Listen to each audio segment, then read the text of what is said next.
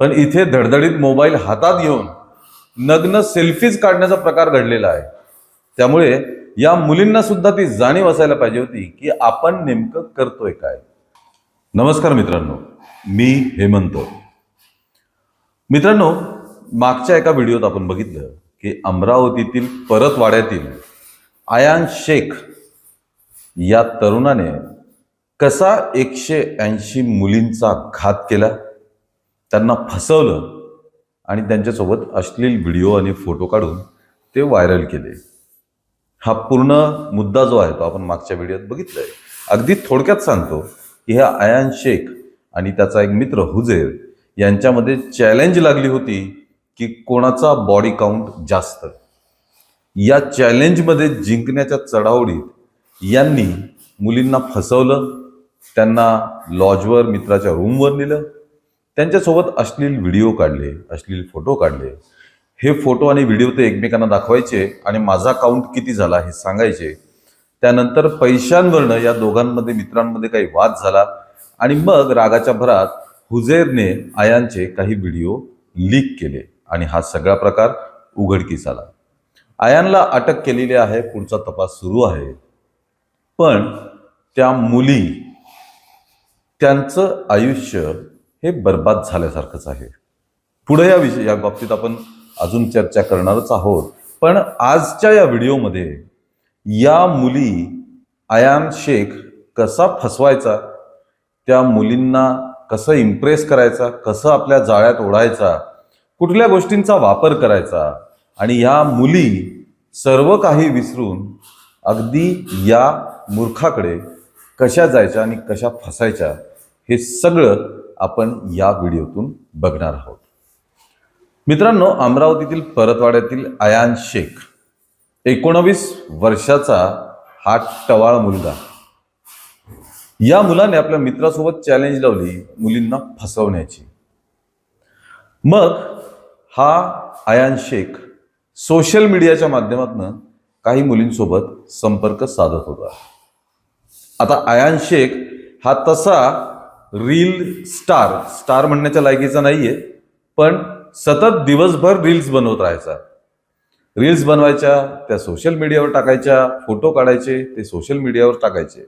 बरं, या रील्समध्ये आणि फोटोमध्ये विशेष काय होतं, तर हा आयान आलिशान गाड्यांसोबत रील्स करायचा, आलिशान गाड्या घेऊन फिरायचा, चांगल्या चांगल्या इम्पोर्टेड गाड्या, आपल्या देशातील सुद्धा काही महागड्या गाड्या अशा घेऊन फिरायचा। कुठनं पैसे आणायचा माहीत नाही। त्याचे पॉलिटिकल संबंध होते। 19व्या वर्षी या आयानचे पॉलिटिकल संबंध होते। नेत्यांसोबत फोटो, नेत्यांच्या स्टेजवर त्याचा वावर, हे सगळं कसं ते आपण बघूच या। हे सगळं जाणून घेण्याच्या अगोदर आधी आमच्या चॅनलला सबस्क्राईब जरूर करा। तर मित्रांनो, हा आयान शेख हे नेमकं कॅरेक्टर काय होतं हे आज आपण बघूया। आयान शेख हा महागड्या दुचाकी आणि चारचाकी गाड्या आणायचा आणि त्या फिरवायचा। आधी स्नॅपचॅट आणि इंस्टाग्रामवरती रील्स टाकायच्या, मग मुली शोधायच्या आणि त्या मुलींना मेसेज करायचा, चिकन्या चुकड्या गप्पा मारायच्या। बोलण्यात हा अतिशय चतुर होता, त्याच्यामुळे गप्पा मारून मारून मुलींसोबत मैत्री करायचा। मग त्यांना भेटायला बोलवायचा आणि भेटायला बोलवल्यानंतर महागड्या दुचाकी आणि चारचाकींवरनं या मुलींना फिरवायचा, मुली इम्प्रेस व्हायच्या। मग या दुचाकी आणि चारचाकी गाड्या तो आणायचा कुठून? तसा हा मध्यमवर्गीय मुलगा, फार श्रीमंत किंवा लॉर्ड वगैरे असं काही नाही। तर हा गाड्या कुठून आणायचा, तर त्याचं एक गुपित आहे। आयानचे वडील हे सेकंड हँड गाड्या खरेदी आणि विक्रीचा व्यवसाय करत होते, त्यामुळे त्यांच्याकडे दररोज वेगवेगळ्या गाड्या या येतच असायच्या। मग गाड्यांच्या कागदपत्रांसाठी, ती गिरायकांना दाखवण्यासाठी वगैरे त्याचे वडील या गाड्या आपल्याकडे ठेवून घ्यायचे आणि हा आयान याच गाड्या घ्यायचा, या गाड्यांवरती रील बनवायचा, फोटो काढायचे आणि जसं काही या आपल्याच गाड्या आहेत असा आव आणायचा, असं ढोंग करायचा आणि मग ते फोटो सोशल मीडियावर टाकायचे। अर्थात महागड्या गाड्या, महागडे वस्त्र, स्टाईलनी फिरणं, या सगळ्यामुळे मुलींना तो जेन्युइन वाटत होता, इम्प्रेस होत होत्या, थोडक्यात सांगायचं म्हणजे। त्यासोबतच हा आयान MIM पार्टीशी निगडीत होता. सध्या MIMने खुलासा केलेला आहे की हे कांड होण्याच्याही बऱ्याच दिवसा अगोदर त्याला पक्षातनं काढून टाकण्यात आलेला आहे. तो MIMचं सोशल मीडिया हँडल बघायचा. त्यामुळे नेत्यांसोबत स्टेजवर वावर, नेत्यांसोबत त्याची उठबैस, नेत्यांसोबत फोटो वगैरे हे सगळे असायचे. त्याचाही वापर करून तो मुलींवरती रोब झाडायचा, इम्प्रेशन मारायचा. हे सगळं करता करता मग तो सोशल मीडियावरती मुलींच्या संपर्कात यायचा, त्यांच्याशी चिकन्या चुकड्या गप्पा मारायच्या, मुलींना घेऊन गाड्यांमध्ये फिरायचं, त्यांना इम्प्रेस करायचं आणि मग प्रेमाच्या जाळ्यात ओढायचं. प्रेमाच्या जाळ्यात ओढल्यानंतर तो मित्राच्या एका रूमवरती त्या मुलींना भेटायला बोलवायचा. त्या रूमचं प्रत्येक भेटीसाठी तो मित्राला 500 रुपये भाडं द्यायचा. पण हे 500 रुपये घेऊन या आयानने त्या रूममध्ये काय उद्योग चालवलेत हे सुद्धा त्याच्या मित्रांना माहिती असेलच ना, कारण आता त्या मित्राला सुद्धा, ज्याची तो रूम वापरायचा, त्याला सुद्धा अटक झालेली आहे. मग या रूमवर घेऊन जायचा आणि त्या मुलींसोबत अश्लील चाळे करायचा. त्या अश्लील चाळे करतानाचे फोटो आणि व्हिडिओज बनवायचा. मित्रांनो, या मुलींना सुद्धा अशी पावलं उचलण्याच्या आधी विचार करायला हवा होता की आपण काय करतोय, आपण कशामध्ये फसत चाललोय, हे करणं योग्य आहे का? कारण महाराष्ट्रात गाजत असलेलं हे खरात प्रकरण हे तरी छुप्या कॅमेऱ्याने घेतलेले व्हिडिओ होते, पण इथे धडधडीत मोबाईल हातात घेऊन नग्न सेल्फीज काढण्याचा प्रकार घडलेला आहे. त्यामुळे या मुलींना सुद्धा ती जाणीव असायला पाहिजे होती की आपण नेमकं करतोय काय. मित्रांनो, प्रेम करणं ही वेगळी गोष्ट आहे, ते काही पाप नाही, तो गुन्हा तर मुळीच नाहीये. पण ते प्रेम हे पवित्र असणं, त्याच्या काही मर्यादा असणं, लग्ना अगोदरचं आपलं वागणं असेल, या सर्व गोष्टींचं तारतम्य मुलांना तर असायलाच पाहिजे, त्यासोबतच मुलींना सुद्धा तितक्याच गांभीर्याने असायला पाहिजे. त्याचं कारण म्हणजे मग हे असले प्रकार होऊन त्याचे गंभीर परिणाम आपल्या पूर्ण आयुष्यावर आणि त्यासोबतच आपल्या घरच्यांच्या सुद्धा पूर्ण आयुष्यावर पडत असतात.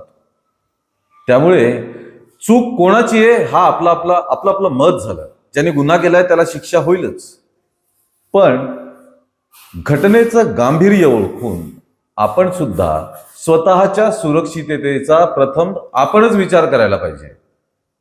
आपण कुठल्या अडचणीत सापडणार नाही त्यासाठी अलर्ट आपणच राहणं गरजेचं आहे. स्वतःची सुरक्षा ही स्वतःच्या हातात सर्वात अगोदर असते. मित्रांनो, हे तर दिसतच आहे की अयान हा तर एक मुरलेला बदमाश आहे. त्याने जे कृत्य केले, त्यांनी जे अश्लील फोटो काढणं वगैरे हे प्रकार केले, त्यावरूनच त्याची नीच प्रवृत्ती आपल्याला दिसूनच येते. पण त्यासोबतच त्याच्या सोबत जाणाऱ्या मुली यांनी सुद्धा समजदारीने वागणं अत्यंत आवश्यक होतं. आता हे असं का झालं, मुलींना ते का समजलं नाही, त्यांनी वेळीच योग्य पाऊल का उचललं नाही, किंवा या सगळ्या गोष्टींना विरोध का बरं केला नाही, हे त्यांना माहिती. पण मग याचमुळे या मुली अत्यंत कठीण परिस्थितीमध्ये सध्या सापडलेल्या आहेत. मित्रांनो, आयानला जेव्हा अटक झाली, गुन्हा दाखल झाला, आता हा गुन्हा देखील सुमोटो पद्धतीने दाखल झालेला आहे. म्हणजे पोलिसांनी स्वतःच तो गुन्हा दाखल करून घेतला आणि मग आयानला अटक केली. त्यानंतर दुसऱ्याच दिवशी आयानच्या राहत्या घरी त्याच्या घरातील जे अवैध बांधकाम होतं त्याच्यावरती बुलडोजर चालवून तो भाग सगळा पाडण्यात आलेला आहे. ही कारवाई सुरू असताना आयान इकडे त्याच्या गुन्ह्यांची कबुली सुद्धा देत होता. त्याच्या कबुलीमध्ये सगळं जेव्हा दिसून आलं तेव्हा त्याला, हुजेरला आणि त्यासोबतच त्यांचे हे व्हिडिओ व्हॉट्सअपवरनं डाउनलोड करून इतरत्र फॉरवर्ड करणाऱ्या अजून 6 जणांना अटक करण्यात आलेली आहे. एकानंतर एक अटक होत आहे आणि त्यासोबतच आयानला देखील पोलीस कोठडी सुनावण्यात आलेली आहे. सिंगल पसली असलेला हा आयान, त्याचे फोटोज जर तुम्ही बघितलेच असतील, तो कसं काय हे सगळं करू शकला, या मागे सुद्धा त्याच्या काही ट्रिक्स आहेत. राजकारणात त्याचा शिरकाव, प्रत्यक्ष राजकारणात जरी नसला तरी त्याचा राजकीय वावर होता. त्यातून त्याने बोलण्याची कला आत्मसात केली. कोणाला कसं फसवायचं, कोण कशामुळे इम्प्रेस होईल, कोण कसं आकर्षित होईल, या सगळ्या ट्रिक त्यांनी शिकलेल्या होत्या. त्याचा वापर करून तो मुलींना फसवत होता. सोबतच त्याच्याकडे असणाऱ्या दिसणाऱ्या महागड्या गाड्या त्या सुद्धा बघून मुली इम्प्रेस होत होत्या आणि मग हळूहळू हे प्रकरण पसरत गेलेलं आहे. खासदार अनिल भोंडे यांनी तर दावा केला आहे की 180 मुलींसोबत त्याचे 350 पेक्षा जास्त अश्लील व्हिडिओज आहेत आणि त्यातले बरेच व्हिडिओज हे व्हायरल झालेले आहेत.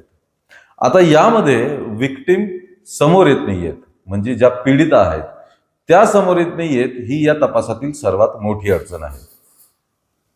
पीडिता आपल्या इज्जतीला घाबरतायत, आपलं नाव पुढे येईल, आपली ओळख पुढे येईल, मग आपली बेइज्जती होईल, आपलं घरच्यांचं राहणं मुश्किल होईल, या सगळ्या भीतींमुळे पीडिताच समोर येत नाहीयेत. त्यामुळे पोलिसांनी महिला पोलीस या साध्या गणवेशात सध्या परतवाडामध्ये फिरतायत, मुलींचा शोध घेण्याचा प्रयत्न करतायत आणि त्यांना आत्मविश्वास देत आहेत की कुठल्याही परिस्थितीत तुमची ओळख पुढे येणार नाही. त्यामुळे तुम्ही समोर या, तक्रार द्या, साक्ष द्या, म्हणजे आयांच्या विरोधात एक स्ट्रॉंग केस उभी करण्यास प्रचंड मदत होईल. या सगळ्या चौकशीसाठी 50 सदस्यांची SIT स्थापन केलेली आहे. 50 सदस्यांची. त्यामुळे हे प्रकरण नक्कीच जितकी माहिती सध्या बाहेर आली आहे त्यापेक्षा मोठं असण्याची शक्यता आहे. आता याला जातीय आणि धार्मिक रंग सुद्धा आहे. त्याच्यामुळे अमरावतीतील परतवाड्यात सध्या थोडीफार का होईना पण थोडीशी तणावाची स्थिती आहे. मित्रांनो, राजकीय नेते यावरती स्टेटमेंट देत आहेत, राजकीय नेत्यांच्या प्रतिक्रिया सुद्धा समोर येत आहेत. परंतु एकच आव्हान आहे की स्वतःच्या सुरक्षिततेची काळजी आधी स्वतः घ्या. आई वडिलांनी सुद्धा जातीने मुलांकडे आणि मुलींकडेही प्रत्यक्षात लक्ष देणं अत्यंत महत्त्वाचं आहे. मित्रांनो, आमच्या मागच्या व्हिडिओला तुम्ही भरभरून प्रतिसाद दिला, भरपूर कमेंट्स आल्यात, तशा या व्हिडिओला सुद्धा भरपूर प्रतिसाद द्या. या बाबतीत तुमचं काय म्हणणं आहे हे कमेंटद्वारे नक्कीच कळवा. या व्हिडिओला लाईक आणि शेअर करा आणि आमच्या चॅनलला ताबडतोब सबस्क्राईब करा. धन्यवाद.